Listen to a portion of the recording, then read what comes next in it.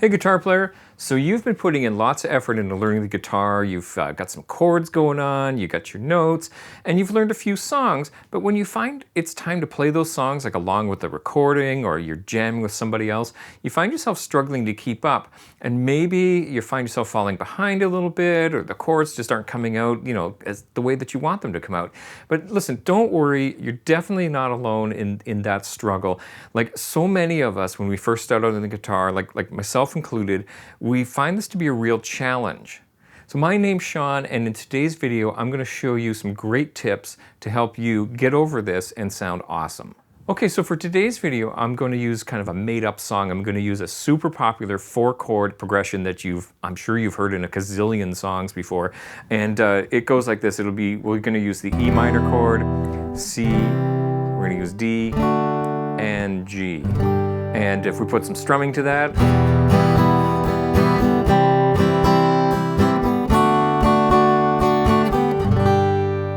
okay, so that's our little made-up song that we'll use for examples in this video. All right, so go grab your guitar and let's get down to work. All right, so tip number 1. This one's going to take you right back to childhood. So sorry about that, but here's what it is. It's slow down and take a closer look at what you're doing. The temptation when we first start getting into songs is, we want to be good, right? We want to sound good. We want to be able to play the song how it's supposed to be played. And we often become impatient. And what'll happen in a lot of songs is parts of it will be great that you can play fast, and other parts won't. They'll be the parts that we kind of struggle with. And we'll try to kind of force those parts that aren't so great to kind of, catch up to what's going on, when we should be doing the exact opposite. We should be slowing down and working on those kind of tough parts and patching them together with the good parts, and then kind of bring it up to speed. Now, a great way to kind of analyze or diagnose what's going on is number one, if you have a friend that plays guitar, or if you're fortunate enough to have a guitar teacher, you can just ask them, just go, hey, look, let me play you this thing, I'm playing E minor, for example, and then, ooh, something keeps happening with C, oops, and see if they can kind of just take a quick look and tell you what's going on.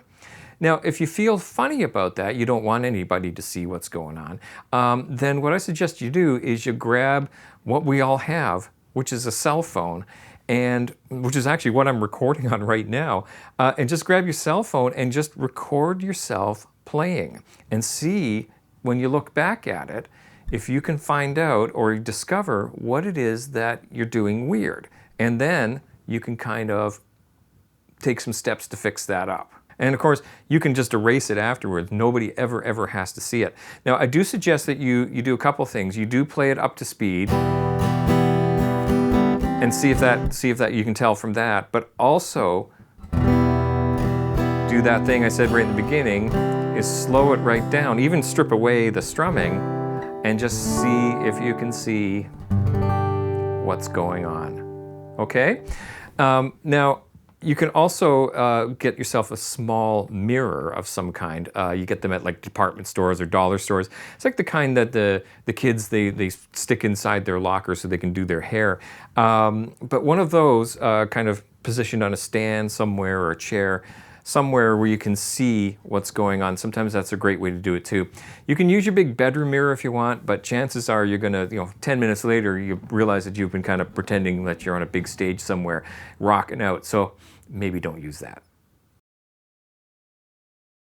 Okay, so tip number 2, what we want to do is take a look at the chords themselves and see if they have anything in common with each other, and what you have to do to get from one chord to the next. So at first glance, so if I just kind of break down a progression, I'm just going to take E minor and C.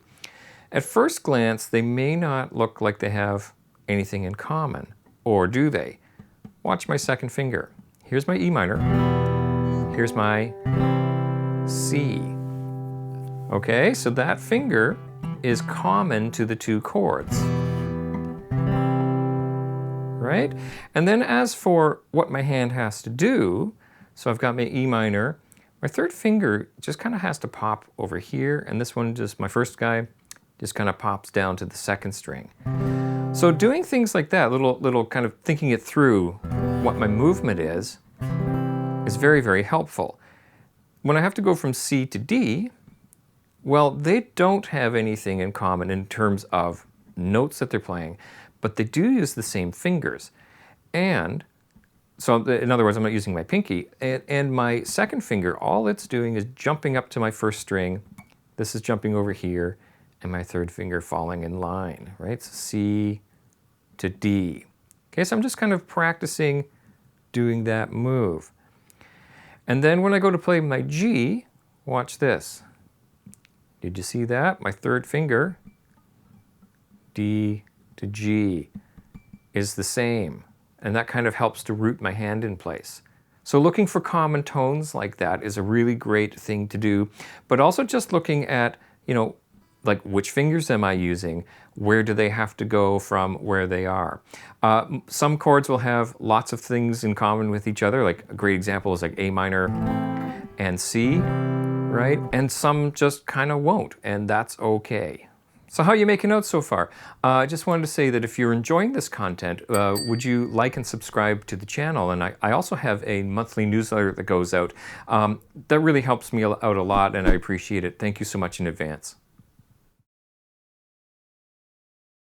Okay, tip number 3. Tip number 3 is plant your fingers on all at once. And what I mean by that is, let's say I'm playing the E minor chord.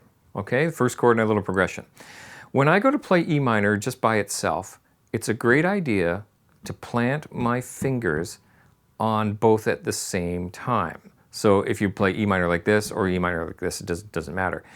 I'm planting them at the same time. So I'm not going like this, like patchwork kind of thing. And that goes for all of them, like C, for example. If you can, try to plant all those at the same time and not piecework like that, right? Same for the D. Boom, try to plant it, right? And then the G.